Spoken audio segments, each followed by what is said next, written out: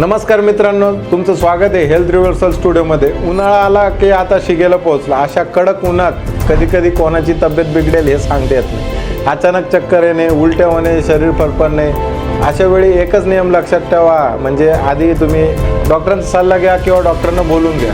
Doctor येईपर्यंत तुम्ही केलेल्या 3 गोष्टी एखाद्याचा जीव वाचू शकतात। आजचा health reversal studio special emergency protocol प्रत्येकाने पाहिलाच पाहिजे। एक म्हणजे ही स्ट्रोकची लक्षणे कसं काय ओळखावीत। प्रोटोकॉल सुरू करण्यापूर्वी समजून घ्या ही स्ट्रोक कसा ओळखायचा। एक पहिली गोष्ट म्हणजे आपल्या शरीराचं तापमान 104 डिग्री फॅरेनहाइट म्हणजे 40 डिग्री सेल्सिअसच्या वर गेले असेल। दुसरी गोष्ट त्वचा कोरडी आणि गरम पडले असेल आणि घाम येणे बंद झाले असेल तर, बोलताना त्रास होत असेल तर, थोडं गोंधळलेलं वाटत असेल, त्याच्यानंतर बेशुद्ध पडत असेल तर, त्याच्यानंतर चौथी गोष्ट सतत मळमळ, उलट्या किंवा तीव्र डोकेदुखी होत असेल तर ही लक्षणे दिसत असेल तर पहिले तुम्ही डॉक्टरांकडे जा आणि एकदा डॉक्टरांना दाखवा।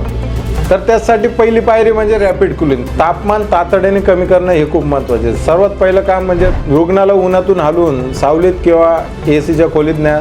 जास्तीचे कपडे काढून टाका। त्याच्यानंतर थंड पाण्याने भिजवलेले टॉवेल संपूर्ण शरीरावर ठेवा। त्याच वेळी फॅन चालू करा, याला आपण इव्हॅपोरेटिव्ह कूलिंग म्हणतो। त्याच्यानंतर मान, काखा, जांघेत आईस पॅक किंवा थंड पाण्याच्या पिशव्या ठेवा। या ठिकाणी मोठ्या ज्या रक्तवाहिन्या असतात आणि शरीर लवकर थंड होते। आईस पॅक त्याच्याबरोबर ओले टॉवेल, फॅन हे तिन्ही एकत्र वापरणे सर्वात प्रभावी कूलिंग मेथड आहे। आईस बाथ हे क्लिनिकली सर्वात प्रभाव आहे। जर बादली किंवा टब उपलब्ध असेल तर रुग्ण शुद्धीत असेल तर वापरता येते, पण बेशुद्ध जर असेल तर आपल्याला वापरता येणार नाही। नंतर दुसरी पायरी म्हणजे आपल्या पोझिशनिंग, हायड्रेशन।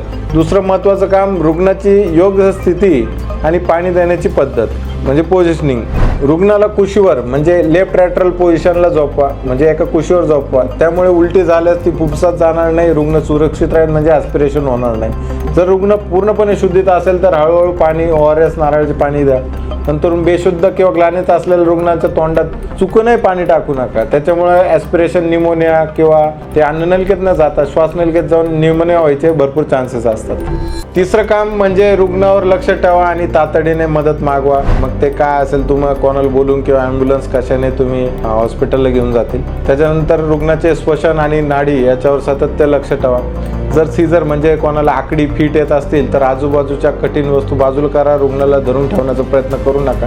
सीझरमध्ये तोंडात चमचा, कापड किंवा बोट घालू नका आणि जीभ धरण्याचा प्रयत्न करू नका, हे अत्यंत धोकेदायक आहे। आणि हॉस्पिटलला जाताना कूलिंग चालूच ठेवा, ओल्या पट्ट्या डोक्यावर आणि मानेवर ठेवत चला।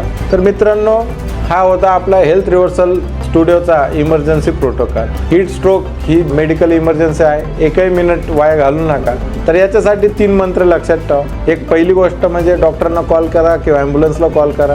दुसरी गोष्ट थंड जागा, आईस पॅक, ओले टॉवेल, फॅन, थंड ठिकाणी घेऊन जा। तिसरी गोष्ट रिकव्हरी पोझिशन म्हणजे कुशीवर झोपा, तोंडात काही घालू नका। हा व्हिडिओ फोनमध्ये सेव्ह करा आणि प्रत्येक नातेवाईकाला शेअर करा। तुमची एक कृती उद्या कोणाचा तरी जीव वाचवेल। हेल्थ रिव्हर्सल स्टुडिओला तुम्ही सबस्क्राईब करा, सावध राहा, एकमेकांची काळजी घ्या। धन्यवाद।